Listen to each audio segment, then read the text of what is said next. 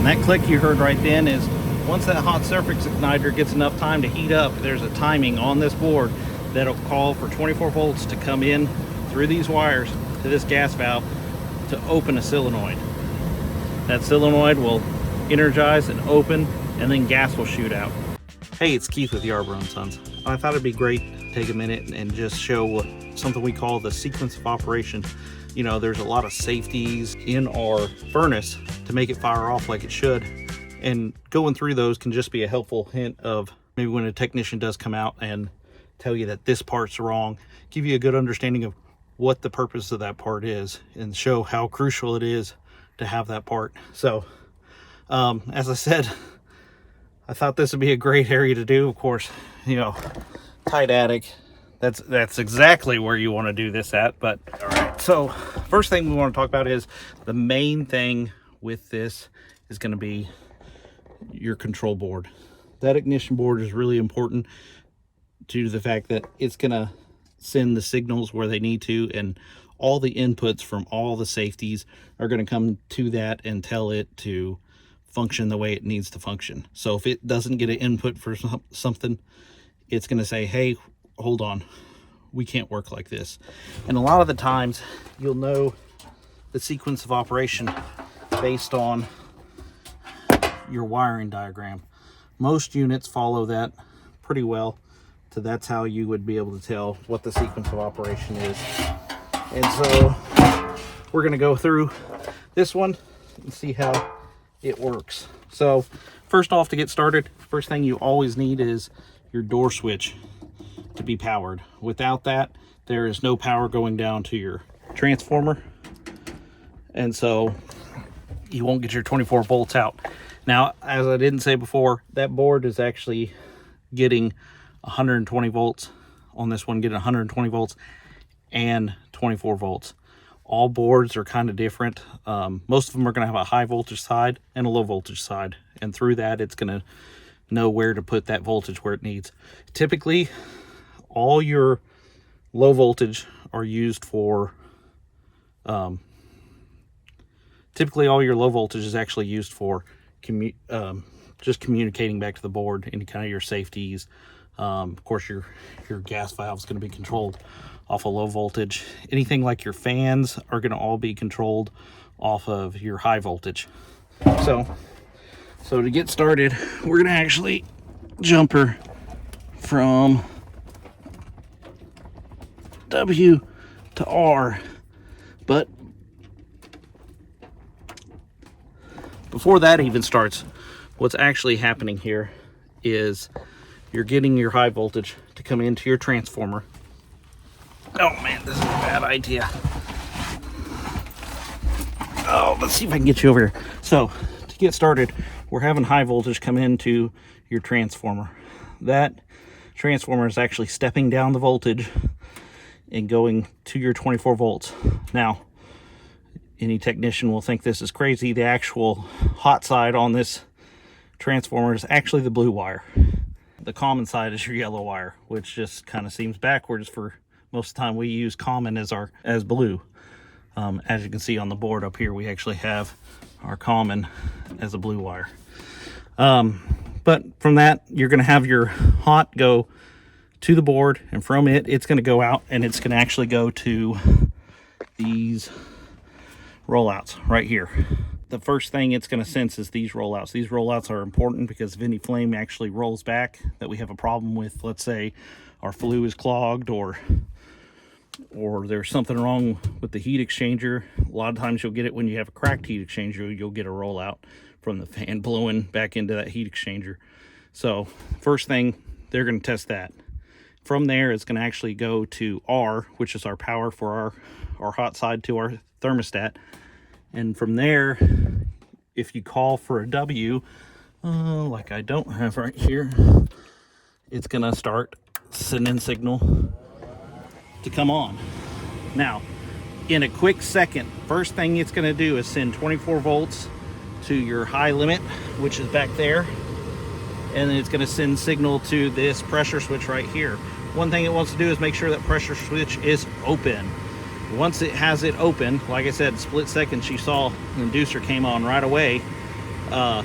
it's going to say bring on the inducer.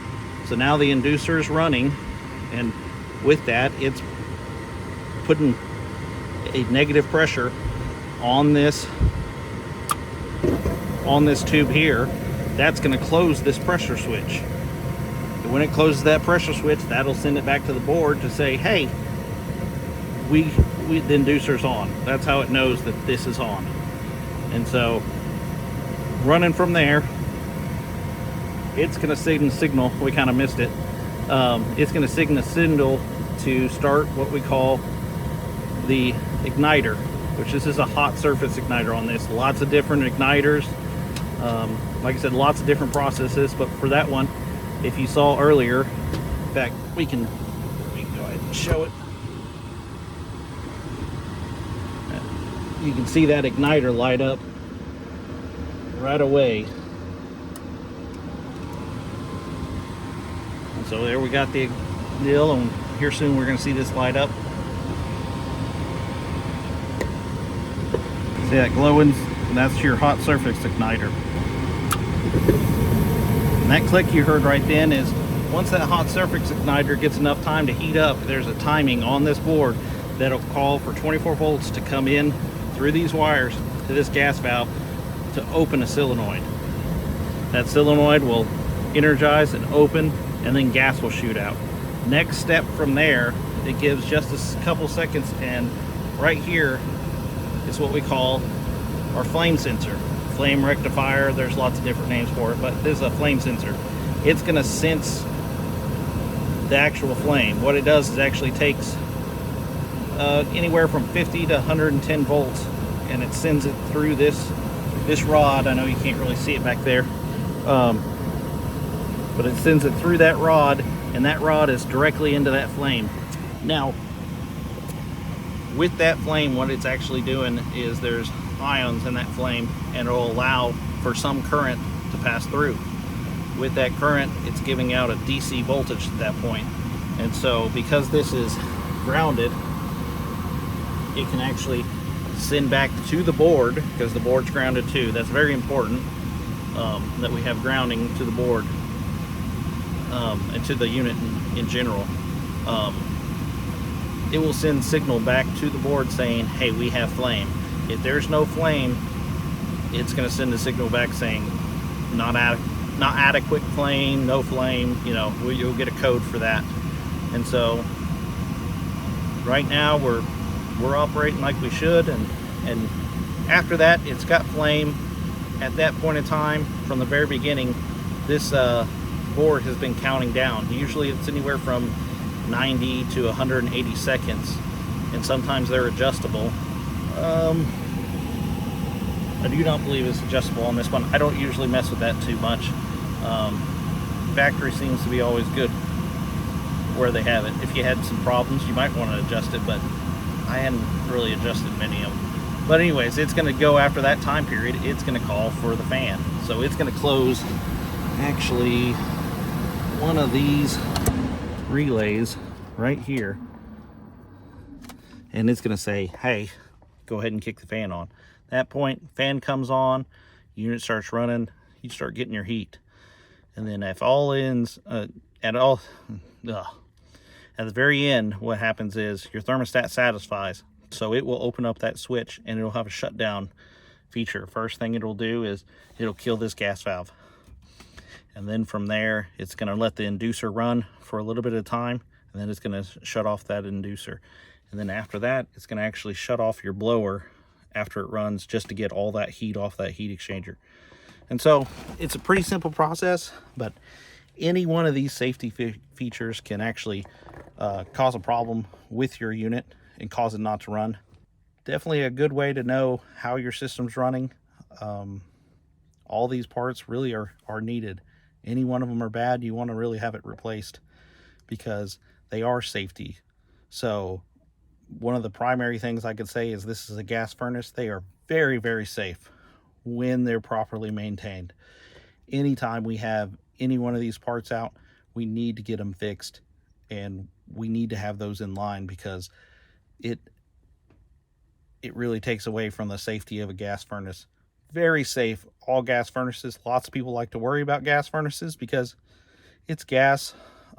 Yes, that's something to be somewhat worried about, but with all the features that you have on this unit, you really don't have to worry about anything bad happening as long as you have it regularly maintained. So that's all I have. So let me know if you have any questions or any other concerns.